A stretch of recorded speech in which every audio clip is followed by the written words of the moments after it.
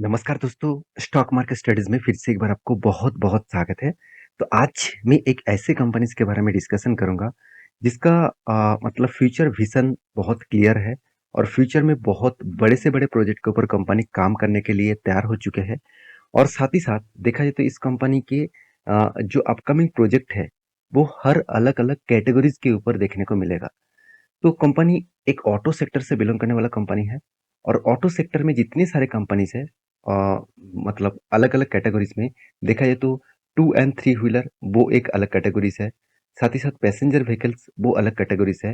Heavy vehicles वो अलग categories है। इलेक्ट्रिक व्हीकल्स वो अलग कैटेगरीज है। तो मैं आज जिस कंपनी के बारे में बात करूँ, वो कंपनी देखा जाए तो हेवी व्हीकल्स से लेकर इलेक्ट्रिक व्हीकल्स तक जर्नी जो है वो बहुत पहले से ही स्टार्ट कर चुके हैं और कंटिन्यूअसली कंपनी इस प्रोजेक्ट के ऊपर काम कर रहा है।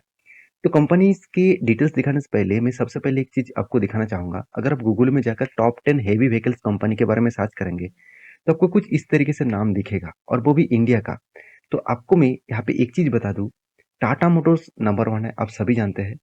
अगर टाटा मोटर्स के ऊपर क्लिक करेंगे तो टाटा मोटर्स का डिटेल्स दिखेगा। तो उसके बाद महिंद्रा है, उसके बाद अशोक लेलैंड है, फोर्स मोटर्स है, उसके बाद आइचर मोटर्स है। तो इस तरीके से अलग-अलग मर्सिडीज भारत बेंच है, महिंद्रा है। तो इस तरीके से अलग-अलग कैटेगरीज है। तो मैं इसी कैटेगरीज में आज जिस कंपनी के बारे में बात करूँ उसका नाम है, उसका नाम मतलब उससे पहले बात करूँ तो हेवी व्हीकल्स इंडस्ट्रीज में जितने सारे कंपनीज है उनमें से 2 ही कंपनी सबसे ज़्यादा देखने को मिलता है। वो है टाटा मोटर्स, दूसरा है अशोक लेलैंड। तो मैं आज टाटा मोटर्स के ऊपर नहीं, आज मैं बात करने वाला हूँ अशोक लेलैंड के ऊपर। क्योंकि बहुत सारे दोस्तों ने कमेंट किया, सर अशोक लेलैंड के ऊपर क्या करूँ? देखिए 5 साल के बाद जो इसका 5 साल के पहले जो हायर लेवल था, उस लेवल को कंपनी ने फिर से ब्रेकआउट किया। तो क्या इस ब्रेकआउट कंटिन्यू करेगा? क्या एक यहाँ से एक बड़ा धमाका हो सकते हैं? क्या यहाँ से भी फिर से गिर सकते हैं? तो सारे इन्फॉर्मेशन मैं आपके साथ रखूंगा, तो वीडियो को लास्ट तक देखिएगा और अभी तक चैनल को सब्सक्राइब नहीं किया तो जरूर कर लीजिएगा इस तरीके से इन डेप्थ इन्फॉर्मेशन पाने के लिए। तो सबसे पहले मैं अशोक लेलैंड के वेबसाइट विजिट करा दूं तो आपको जो जो चीज दिखेगा आप ध्यान से देखना कि अशोक लेलैंड जो जो प्रोजेक्ट के ऊपर काम कर रहा है, चाहे चाहे वो ट्रक हो चाहे वो बासेस हो, हर जगह पे कंपनी का आपको डेटा देखने को मिल जाएगा। देखिए आईसीवी, साथ ही साथ अलग अलग कैटेगरीज के जो ट्रक्स है, हेवी जो ट्रक्स है उस तरीके से ट्रक्स भी दिखेगा। बसेस भी आपको दिखेगा, उसमें आपको इलेक्ट्रिक बसेस भी दिखेगा, school college buses, staff buses. तो अलग अलग कैटेगरीज के बसेस दिखेगा। लाइट व्हीकल्स भी देखने को मिलेगा, पैसेंजर व्हीकल्स भी देखने को मिलेगा।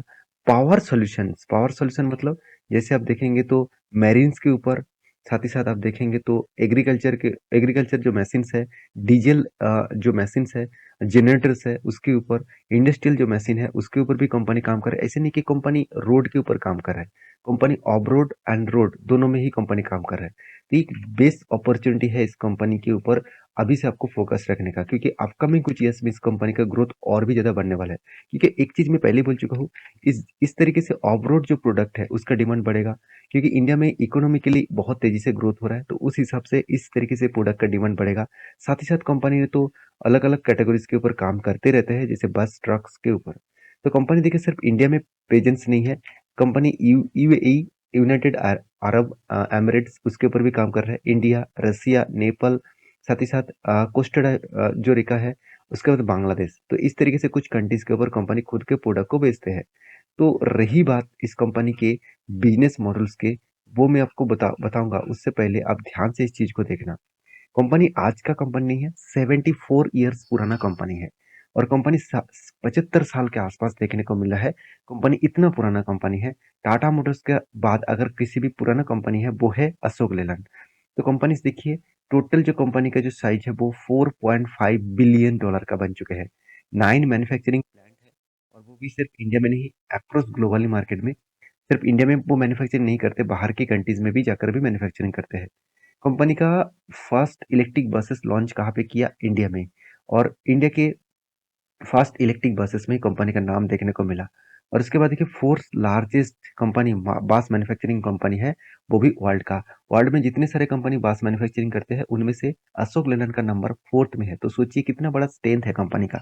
उसके साथ कंपनी एक second largest manufacturing commercial vehicles. तो कमर्शियल व्हीकल्स में देखा जाए तो इंडिया के सेकेंड लार्जेस्ट कंपनी है, क्योंकि अब सभी जानते हैं टाटा नंबर 1 है।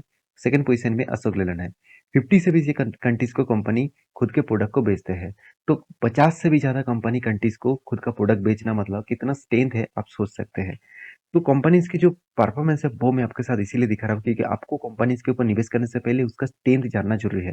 देखिए, आप जब कोई गाड़ी खरीदने के लिए जाते हैं तो उस गाड़ी के सारे डिटेल्स चेकआउट करते हैं। उसके बाद मतलब आप ड्राइविंग टेस्ट लेते हैं। उसके बाद आप प्राइस चेक करते हैं, उसके बाद खरीदारी करते हैं। तो इतने सारी चीज जब चेक करके आप प्रोडक्ट खरीदते हैं, तो उसी तरीके से आपको स्टॉक के ऊपर भी निवेश करने से पहले सारे डिटेल्स चेकआउट करना पड़ेगा। अभी मैं एक चीज आपको और भी दिखा दूं कि टॉप 6 बास मैन्युफैक्चरिंग कंपनीज के बारे में बात करूं, तो नंबर 1 में आपको दिखेगा टाटा मोटर्स। टाटा मोटर्स का जो पॉपुलर ब्रांड है वो है मार्को पोलो। इस बस आपको हर जगह पर रास्ते में दिखेगा। तो इस बस किस बेसिस में चल रहा है आप देखेंगे, तो करंटली टाटा मोटर्स डीजल के इंजन के ऊपर सीएनजी और उसके साथ हाइड्रो इलेक्ट्रिक बसेस भी बना रहा है। तो उसी के साथ साथ अशोक लेलैंड भी उसी तरीके से टक्कर लेने वाला काम कर रहा है। तो अशोक लेलैंड भी नेक्स्ट लेवल का काम कर रहा है। और देखा जाए तो बस मैन्युफैक्चरिंग में इंडिया के सेकंड लार्जेस्ट कंपनी बन चुके हैं और वर्ल्ड के टॉप 5 बसेस मैन्युफैक्चरिंग कंपनी बन चुके हैं। तो कंपनीज के जो बिजनेस मॉडल्स है, यहाँ पे कंपनी स्कूल बसेस से लेकर passenger buses, city buses, staff buses, carrier buses and tourist buses भी कंपनी बनाते हैं। अभी एक चीज बता दो, कंपनी का फ्यूचर विजन क्या है। फ्यूचर कंपनी का विजन क्या है और फ्यूचर में कंपनी किस किस प्रोजेक्ट के ऊपर काम कर रहे हैं वो देखना बहुत इंपॉर्टेंस है। अगर अशोक लेलैंड के में अगर बात करूं, तो कंपनी जिस विजन के ऊपर काम कर रहा है, ऑटो एक्सपो 2023 की रिपोर्ट के हिसाब से मैं आपको बता दूं, कंपनी देखिए बैटरी इलेक्ट्रिक व्हीकल्स के ऊपर भी काम कर रहा है, फ्यूल सेल इलेक्ट्रिक व्हीकल्स के ऊपर भी काम कर रहा है, हाइड्रोजन इंटरनल कंबर्सन इंजन जो है हाइड्रोजन के माध्यम से चलने वाला जो गाड़ी है वो भी कंपनी बना रहा है। साथ ही साथ लिक्विफाइड नेचुरल गैस के ऊपर भी काम कर रहा है जिसको एलएनजी कहा जाता है। तो एलएनजी के ऊपर भी काम कर रहा है। साथ ही साथ आप देखेंगे तो इंटरसिटी सीएनजी गैस के ऊपर भी कंपनी काम कर रहा है। साथ ही साथ मिनी पैसेंजर बसेस के ऊपर भी काम कर रहा है। तो कंपनी का प्रोजेक्ट को समझिए। कंपनी आज इसीलिए नीचे लेवल से इतना बड़ा जर्नी इसीलिए नहीं दिखाया कि कंपनी में ऑपरेटर उसको भगा के लेके जा रहा है, ऐसे बिल्कुल भी नहीं। कंपनी के प्रोजेक्ट इस तरीके से हो रहा है जो प्रोजेक्ट कंपनी को एक बड़ा फ्यूचर विजन के लिए तैयार कर रहा है। तो मेरे हिसाब से इस कंपनी के ऊपर एक बड़ा जर्नी आपको देखने को मिल सकता है। तो कंपनी का अच्छा खासा काम होने के पीछे और एक कारण है। मैं लास्ट मंथ का जो डेटा है वो मैं आपको शेयर करूंगा क्योंकि लास्ट मंथ से कुछ ही मंथ से मैं आपको ये दिखा रहा हूँ कि कंपनी किस तरीके से खुद को प्रॉफिट को जर्नी किया, मतलब किस तरीके से, सॉरी प्रॉफिट नहीं, किस तरीके से खुद का प्रोडक्ट को सेल ऑफ किया। मैं एक साल से देख रहा हूँ। एक साल मतलब देखा जाए तो अगस्त मंथ 2022 से देख रहा हूँ। तब से मैं देख रहा हूँ इस कंपनी ने लगातार लगातार खुद का सेल्स को इंक्रीज किया। और जहाँ पे बाकी कंपनी एक्सपोर्ट में नेगेटिव दिखा रहा था, उस जगह पे भी कंपनी पॉजिटिव में रहा। जैसे कंपनी का देखिए जो डेटा है, यहाँ पे ये बताया जा रहा है कि टोटल जो एम एच सी वी जो प्रोडक्ट है इसका, लास्ट जून जुलाई मंथ का मैं डेटा दिखा रहा हूँ। अगस्त मंथ का डेटा अभी तक नहीं आया। तो जुलाई मंथ का जो डेटा है वहां पे भी देखिए सेल्स को इंक्रीज किया। तो 22% के आसपास सेल इंक्रीज हुआ है। और एलसीवी जो गाड़ियां है उसको देखा जाए तो कंपनी में थोड़ा सा डाउन साइड देखने को मिला। टोटल जो व्हीकल्स कंपनी बेचा वो 12% के आसपास है। देखिए यहाँ पे अच्छा खासा ग्रोथ देखने को मिला है। और साथ ही साथ आप देखेंगे तो जो domestic and export company India में सिर्फ नहीं बाहर में भी जो एक्सपोर्ट कर रहे हैं, सब कुछ मिलाकर कंपनी में आपको नेगेटिव नहीं दिखेगा। कंपनी में देखिए 17% का पॉजिटिविटी देखने को मिला। और टोटल व्हीकल्स कंपनी 11% तक बेचा। इसका मतलब एक्सपोर्ट के मामले में भी कंपनी पॉजिटिव में है। तो ये सारे डेटा इसी इसी मेजर कर रहे हैं कि कंपनी में अपकमिंग कुछ ईयर्स में अच्छा खासा और भी ग्रोथ कर सकते हैं। अभी रही बात कंपनी का फाइनेंशियल डिटेल्स के बारे में, तो सबसे पहले मैं बता दूं कंपनी एक लार्ज कैप कंपनी बनने जा रहा है। और 54,000 करोड़ के आसपास मार्केट कैप है। ऑलमोस्ट लार्ज कैप आप बोल सकते हैं। पी रेशियो 31 है, इंडस्ट्री पी रेशियो 32 है। अब इसी पी रेशियो को मैं आपको चेकआउट करके दूं, तो एक टाइम पी रेशियो कहाँ पे चला गया था, 137। आज कहाँ पे है, कोविड के जो लेवल है उसी लेवल में कंपनी का पी रेशियो आ चुके हैं। तो एवरेज पी रेशियो 18 है और कंपनी का P ratio current P ratio देखा जाए तो अभी कितना है, 30 के आसपास है। तो आप बोल सकते हैं थोड़ा सा कंपनी हाई है ओवर वैल्यूड के हिसाब से। कंपनी और भी करेक्शन होने का चांसेस है। तो कोई बात नहीं। कंपनीज की जो परफॉर्मेंस है, कंपनीज की जो एनालिसिस है उसके बारे में बात करूं, तो कंपनी के देखिए डेप्थ थोड़ा सा ज़्यादा है। जितना टाटा मोटर्स का डेप्थ है, यहाँ पे भी उतना डेप्थ देखने को मिला। और डेप्थ कंट्रोल करने के बाद भी कंपनी देखिए प्रॉफिट किया। कंपनी के प्रोमोटर के पास भी अच्छा खासा होल्डिंग्स है। हाँ, एक वीकनेस है, कंपनी प्रोमोटर ने खुद के शेयर को प्लेजिंग रखा। अभी जो प्लेजिंग रखा है, वो मैं आपको बता दूँ, कंपनी ने किस तरीके से प्लेजिंग रखा वो आप देखेंगे यहाँ पे, ध्यान से देखना कि प्लेजिंग पहले भी था। पहले कितना था? 14% के आसपास 2021 में, और आज कितना है? 19%। तो थोड़ा-थोड़ा करके कंपनी का प्रमोटर ने क्या करा है, खुद का प्लेजिंग को बढ़ा रहा है। उस हिसाब से देखिए इंस्टीट्यूशन भी खुद का स्टेक बढ़ा रहा है, तो ये भी एक प्लस पॉइंट के हिसाब से देखना चाहिए। तो प्लेजिंग थोड़ा-सा ज़्यादा है मेरे हिसाब से। मैं हमेशा प्लेजिंग को देखता हूँ, अगर 25% के ऊपर प्लेजिंग चला गया, तो मैं इस कंपनी से थोड़ा-सा सँभल के काम करता हूँ। अभी मुझे ये देखना है कि लास्ट कुछ क्वार्टर्स जो आने वाला है, तो वहाँ पे वो प्लेजिंग को कम करता है कि नहीं करता है। प्लेजिंग का मतलब होता है कंपनी खुद के शेयर को गिरवी रखकर पैसा उठाया है। तो कंपनीज़ के जो क्वार्टरली रिजल्ट है, वो उसके बारे में बात करूँ, तो कंटिन्यूअसली क्या हुआ? सेल्स इंक्रीज़ हुआ।